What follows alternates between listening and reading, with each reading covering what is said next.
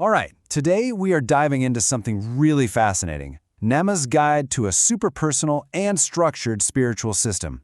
It's called Maat Magick, and it's all about self-initiation. We're going to walk through the map it lays out for what is really a profound inner journey. Okay, so right at the heart of this whole system is this one symbol, the feather of Maat. In ancient Egypt, the story went that after you died, your heart was weighed against this feather. If your heart was heavy with, bad deeds, you failed. But if it was as light as the feather, it meant you were pure.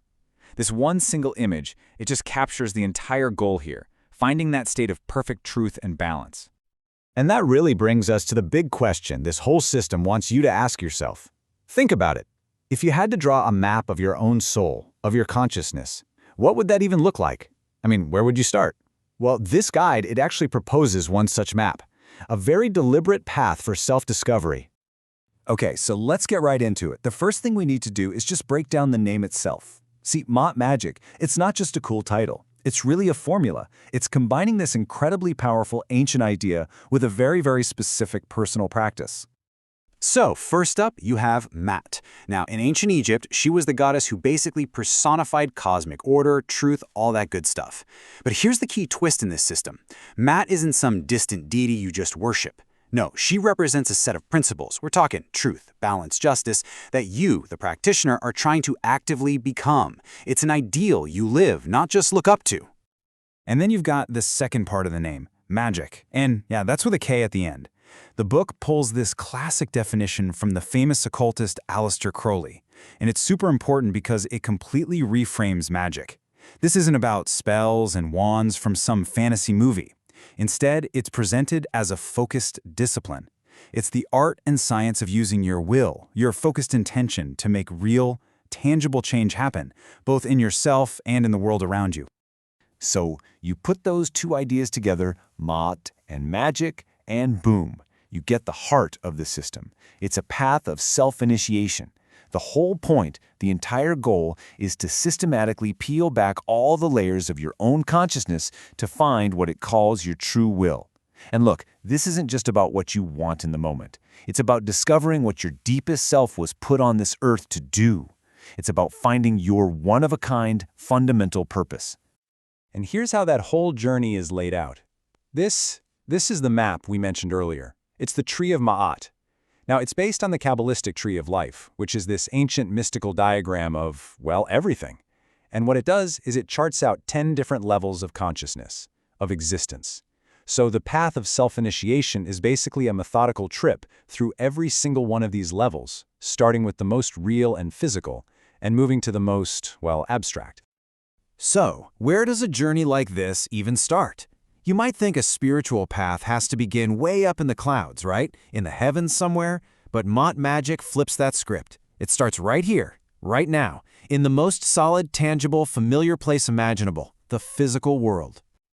Yep, the map actually starts at the very bottom, at level 10. It's called Malkuth, which means the kingdom. And the book is absolutely crystal clear about this. Any spiritual work you do, any interchange you make, it has to be grounded right here to mean anything at all. It has to show up in your actual, physical, day-to-day life. If it doesn't, it's really just a daydream. So to get started with this grounded work, the first practical step is to create a physical focus point. And for a lot of people, that means an altar. But listen, it doesn't have to be some big, elaborate thing. It can literally just be a corner of your room. The purpose, though, is what's crucial. It's a dedicated space where you can consciously set aside the noise of the everyday world and just focus. All your attention goes right there on the work. Okay, so you've got your space. The very next step is to clear it out. The book talks about banishing rituals, and a great way to think about them is like psychic hygiene, like washing your hands before you cook. The whole point is to get rid of all the distracting thoughts, the stray energies, the interference from your day, and create what you could call a psychic clean room. It's a space where your mind can work without any interruptions. All right, so with that firm foundation set in the physical world, the journey now turns inward. This is where you start to climb the tree, moving up through the different layers of your own mind, going from the most dense and obvious to the most subtle. The first huge shift in perspective happens when you move from level 10 up to level 9. This is where your focus moves from your physical body to what the system calls the astral body. Now, don't let the term scare you. You can just think of the astral plane as the world of pure imagination, of dreams, of powerful symbols. It's a place that's way more fluid than physical reality, but it still has its own rules, its own internal logic.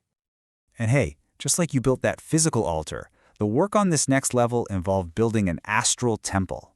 What is that? It's a persistent, super detailed space that you construct entirely inside your own mind, using focused visualization.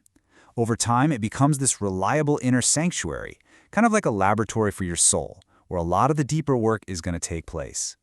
So if we look back at our map, you can see the path moving up from these foundational levels, the physical world, the astral world, and climbing through these different stages of consciousness. But as you go higher, you start approaching a really critical, totally unavoidable test. It's something that lies right across the path, and you have to face it. And that huge challenge is called the abyss. It's a big one. The abyss represents the moment where your individual ego, that constant voice in your head that says I, me, mine, that feeling of being a separate, isolated person, has to be completely and willingly let go of. The book describes it as a dissolution, a kind of dissolving into nothingness. It is, without a doubt, a profound spiritual test. But if you can successfully cross the abyss, if you can manage to let go of that limited ego, well, that's what prepares you for the absolute peak of this whole system. We're talking about the core experience that this entire journey has been building up to. I mean, think about it. After all of that work, grounding yourself in the physical world, exploring the astral, confronting your own ego, all of it is designed to get you a clear, undeniable answer to this one single fundamental question. And not just an idea in your head, not an intellectual answer, but a direct, oh, I get it now kind of revelation. And that revelation has a very specific name. It's called Achieving the Knowledge and Conversation of the Holy Guardian Angel, or just HGA for short. It sounds dramatic, I know, but that term is really describing the moment you have direct communication, a real union, with the absolute deepest, most authentic part of yourself. Now, this is absolutely crucial to understand. This angel is not some external being with wings flying down from the sky. No. The book makes it clear that it's a symbol. It's a symbol for your own higher self, for your perfected soul. It's the core of you that already knows your true will. Making contact with it is like finally hearing your own true voice, completely clear, without all the static of fear or desire or ego getting in the way. But here's the thing. Getting to that profound state of self-knowledge, that's not the finish line. Not even close. In Maat Magick, that's actually the real starting point. Because the final and maybe the hardest part of the whole journey is bringing that incredible revelation all the way back down the tree and putting it to work in the real world. And this quote from the book really just nails the whole philosophy. The point of all this is not to escape reality. It's not about floating away into some blissful spiritual bubble. The goal is integration. It's about weaving that higher understanding into every single piece of your normal, ordinary, everyday life. And that right there is the ultimate application of all this work. Once you know your true will, the final stage is simply to live it. From that point on, every choice you make, every action you take, every word you say becomes an expression of that core purpose. And when that happens, your entire life gets transformed into one single, continuous, magical act. It becomes a perfect expression of who you truly are. Which leaves us with one last kind of mind-bending thought to chew on. If the whole point of this journey is to align your life with your deepest will, it brings up a really fascinating question about free will versus destiny, right? After a transformation this profound, are you finally the author, holding the pen and writing your own story? Or are you just becoming the perfect instrument for the story that was always meant to be written through you?